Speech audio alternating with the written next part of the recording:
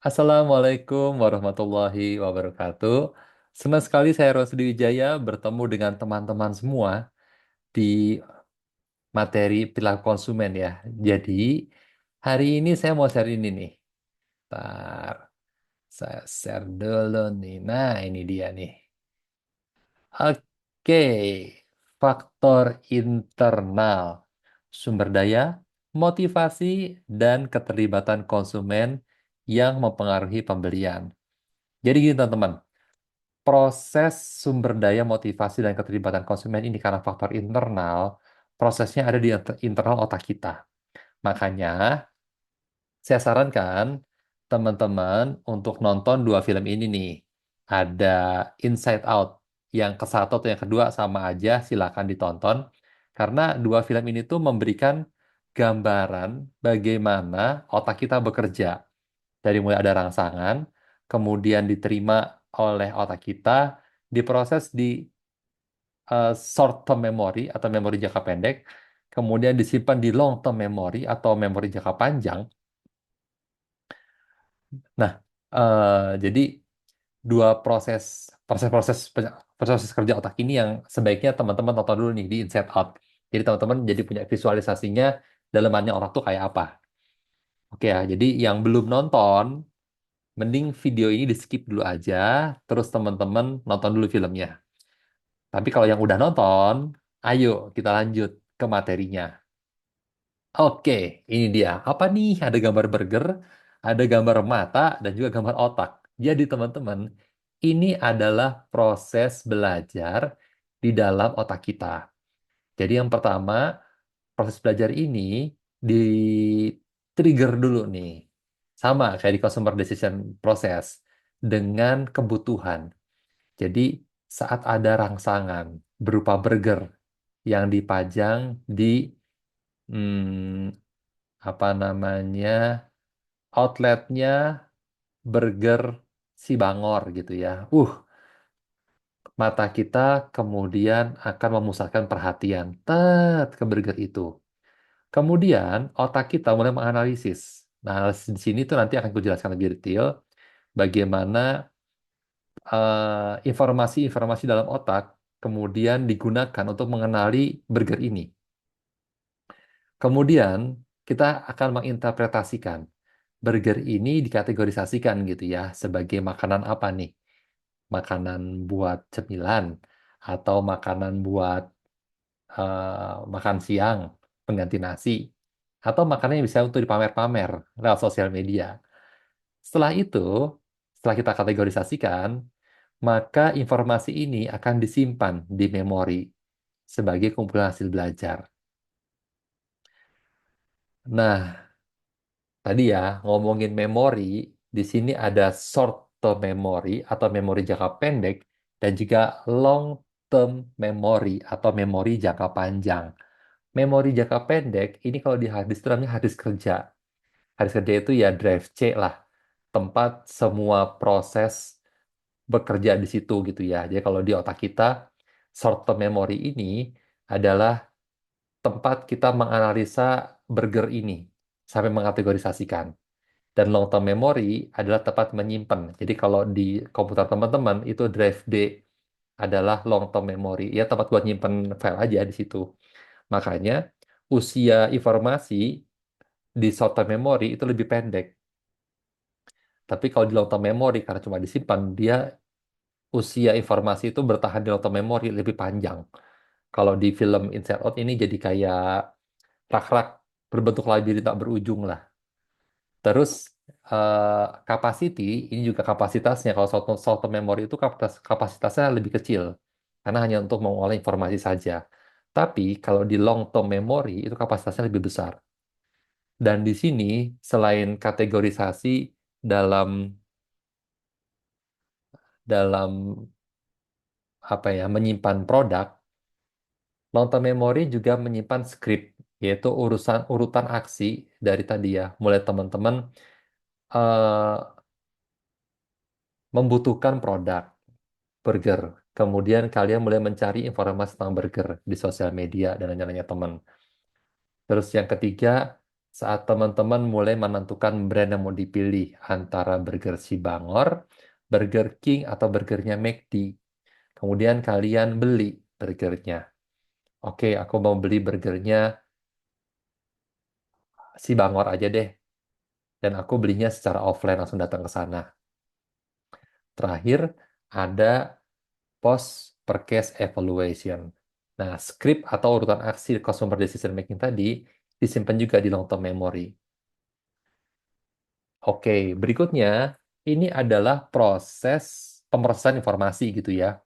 Analisis di sini disebut juga dengan elaboratif, yaitu kita mulai menggabungkan informasi-informasi yang ada di otak kita. Tadi, saat teman-teman melihat sebuah burger, kalian pusatkan perhatian ke sana, kemudian teman-teman mulai mengelaborasi. Ada saat kita lihat burger, kemudian muncul nih, oh burgernya si Bangor, ini burger halal. Burgernya Burger King, Home of Whopper, burgernya Amerika banget. Atau burgernya McD. McD itu sekarang positioningnya di sosial media itu adalah dari Indonesia, 100% Indonesia untuk Indonesia. Oke, burger yang ya burger Amerika yang mencoba untuk lokal lah. Terus kemudian kita mengkategorisasikan, kita menginterpretasikan, menerjemahkan burger mana. Oke, burger biasanya kategorisasi atau interpretasi ini kita mendefinisikan burger sesuai dengan bahasa kita dan sesuai dengan kebutuhan kita. Oke, burgernya apa namanya si Bangor porsinya gede nih. Wah, ini cocoknya sih kita kategorisasikan sebagai makan siang bareng sama nasi Padang, satu kategori itu. Terus burgernya punya McD gitu ya. Oh, karena packagingnya bagus, dibuat cantik kemana-mana, ganteng gitu ya. Oh, ini burger makanan untuk dipakai pamer. Satu lagi, burgernya Burger King. Wah, ini kita kategorisasikan sebagai burger untuk cemilan. Oke ya, ini adalah proses di short term memory, yaitu menganalisis atau mengelaborasi dan menginterpretasikan atau mengkategorisasi. Ya, bicara tentang kategorisasi, di sini ada rehearsal atau efek aksesibilitas, yaitu eh, bagaimana konsumen mengurutkan sebuah brand dalam satu kategori dari top of mind yang paling gampang diingat sampai ada di otak kita tapi nggak terlalu ingat-ingat banget gitu ya. Tadi misalnya kita bicara tentang burger untuk makan siang. Jadi dikategorisasi makan siang. Top of mind-nya adalah nasi Padang. Yang kedua, burger si Bangor. Yang ketiga, nasi warteg. Yang keempat, ada Yami Panda. Yang kelima, ada apa ya makan siang lagi ya? Oh, ada bakso granat. Yang ketujuh, ada siomay Mang Ujang. Nah, ini ada tujuh. Biasanya sih orang akan mengingat tujuh ya, karena di bukunya Alres orang hanya mengingat di angka 7 gitu, 7 keajaiban dunia, kurcaci ada 7, maka brand yang diingat satu kategori juga 7 juga. Nah, tadi di sini yang paling ingat adalah nasi Padang. Biasanya orang di sini ingat banget nasi Padang karena high involvement. Dia itu tuh mempunyai keterlibatan yang tinggi untuk mencari informasi. Keterlibatan di sini tuh bisa dia emang browsing informasi, atau dia punya pengalaman yang banyak sehingga dia mencicipi berbagai macam menu. Misalnya nasi Padang tadi gitu ya. Dia suka nasi Padang Uni Ita gitu ya. Sebagai sebagai top of mind saat dia pengen pengen makan siang. Di sini ada kemungkinan dia itu tuh sering ngobrol sama teman-temannya, dapat testimoni banyak tentang tentang nasi Padang Uni Ita. Kemudian dia sudah berkali-kali ke sana, mencoba berbagai macam menu. Jadi informasi tentang Uni Ita udah banyak. Makanya dia punya banyak sekali reason to believe, alasan untuk percaya dan alasan untuk membeli atau reason to buy. Dibandingkan tadi, dari urutan di sini adalah siomay Mang Ujang, dia yang paling kecil. Karena dia tidak low involvement dalam mencari keterlibatan mencari informasinya rendah. Oke, berikutnya kita lihat bagaimana sebuah brand di sini bisa jadi top of mind. Yang pertama karena ada kepentingan. kepentingan untuk makan siang gitu ya, bikin orang jadi tertarik atau terlibat dalam pesan. Jadi di sini misalnya nih eh, pesan dari Uni Ita adalah lidah Sumatera, cita rasa Sumatera di Jogja gitu ya. Nah di sini buat teman-teman, saya berasal dari Jambi gitu ya, saya akan jadi relate nih karena saya berasal dari Sumatera dan ada di Jogja. Terus kalau ini ada lagi suasana hati.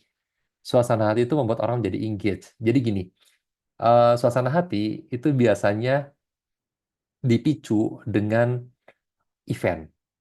Jadi misalnya nih, eventnya di sini adalah eh,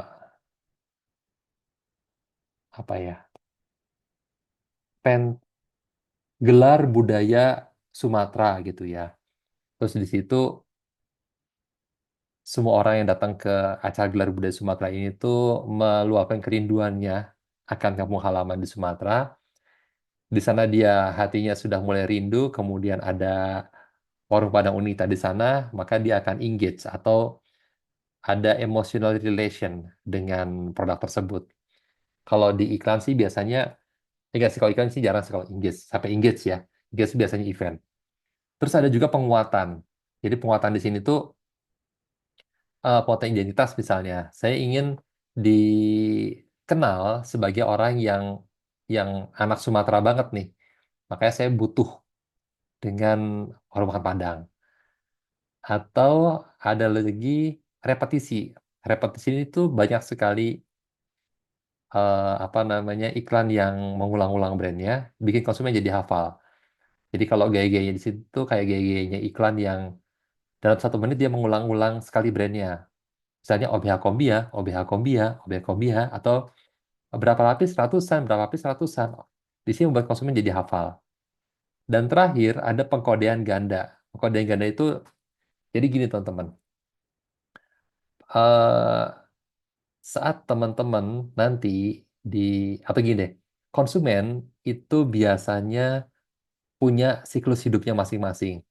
Misalnya saat pagi hari gitu ya, ada konsumen yang bangun tidur itu langsung lihat handphone, langsung buka sosial media. Ada kadangkala kita bangun tidur juga ke masjid langsung kalau dengar azan. Nah, di sini sebagai pemasar itu teman-teman harus mengantisipasi semua hal. Jadi karena tiap pagi konsumen kita akan buka handphone dan ngecek sosial media Instagram atau TikTok, maka saatnya kita placement di TikTok untuk ditayangkan di pagi hari, jam 5 pagi gitu ya, atau setengah 5 pagi. Dan di sini kita lihat juga nih, oh ternyata konsumen kita itu kalau pagi hari mereka nggak megang handphone, ya megang handphone cuma cek jam, oke masih subuh nih, dia akan wudhu pergi ke masjid. Maka jalan menuju ke masjid bisa dipasang baliho misalnya atau spanduk gitu ya. Nah di sini namanya pengkodean ganda. Jalur konsumen yang sama karena dia punya banyak sekali aktivitas di pagi, variasi aktivitas di pagi hari, makanya benar harus mengantisipasi dengan memberikan informasi produk di setiap touch point. Berikutnya, kita mulai fokus di long term memory atau memori jangka panjang. Di sini ada konsep. Jadi konsep di sini adalah definisi, ada yang bersifat konsep di sini adalah sesuatu yang bersifat definisi atau memori semantik. Jadi saat kita bicara burger, maka yang didefinisikan di sini adalah roti wijen, 2 roti wijen dengan isi daging, sayur, dan mayones. Itu definisi. Nah, kalau citra ini adalah positioning, membuat dia beda-beda dari kompetitor dan biasanya ditrigger oleh pengalaman. Jadi, misalnya ini, kalian datang ke apa namanya Burger King gitu ya, untuk membedakan dia dari kompetitor, Burger King memposisikan dirinya sebagai home of Whopper. Terus kemudian saat kalian datang ke sana, makan itu pengalamannya itu apa namanya beli burgernya di sini cepat saji, terus kemudian banyak ikon-ikon Amerika, terus kalian memposisikan Burger King itu sebagai roti atau burger Amerika banget. Nah, Pengalaman ini bisa saja di-trigger dengan memori episodik atau memori kilat. Ini biasanya dipicu dengan event atau pengalaman sehingga sehingga konsumen itu ingin memiliki pengalaman tentang produk. Jadi gini teman-teman, tadi bicara Burger King gitu ya dengan Amerika banget.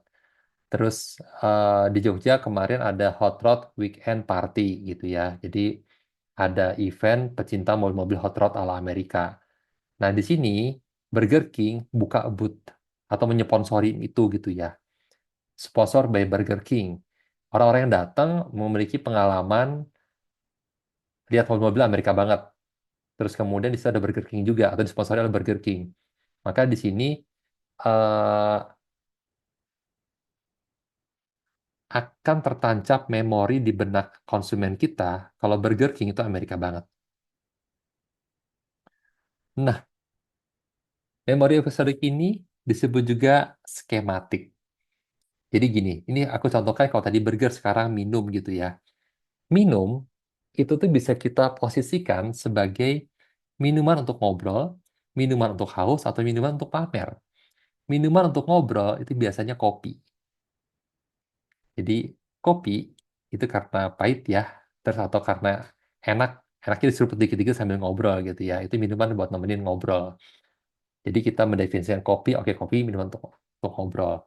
Atau kalau minuman yang untuk haus itu akan terjadi saat konsumen atau kita sedang lari-lari, olahraga, merasa haus. Nah, kemudian saat kita ke warung, yang kita ambil itu air putih atau Pocari Sweat. Ini minuman yang emang untuk haus.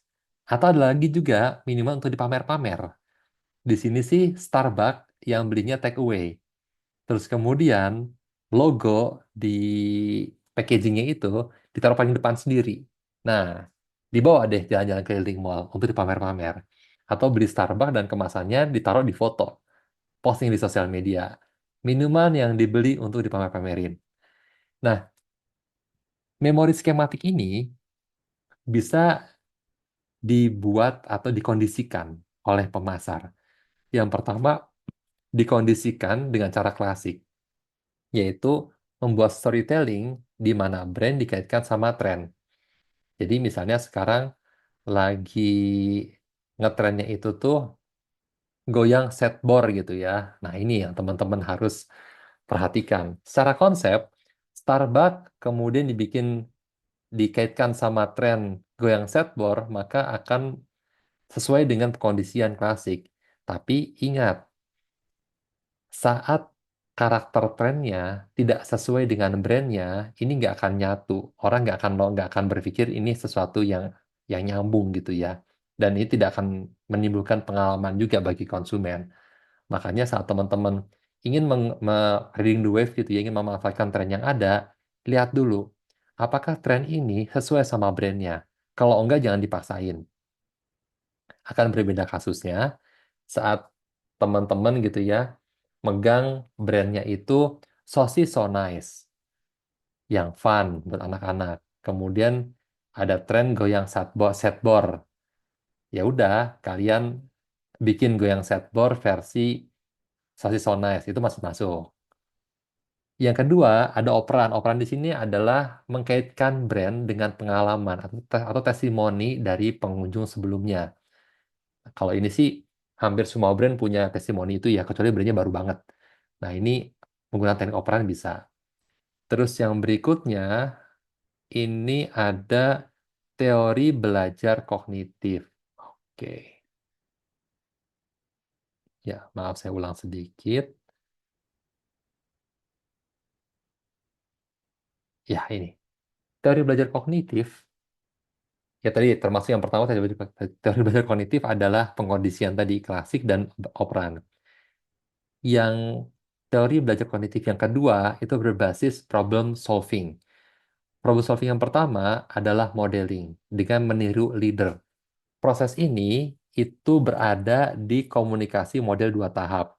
Ada influencer, ada followers. Nah, saat followers ini niru influencernya, ini adalah fase modeling.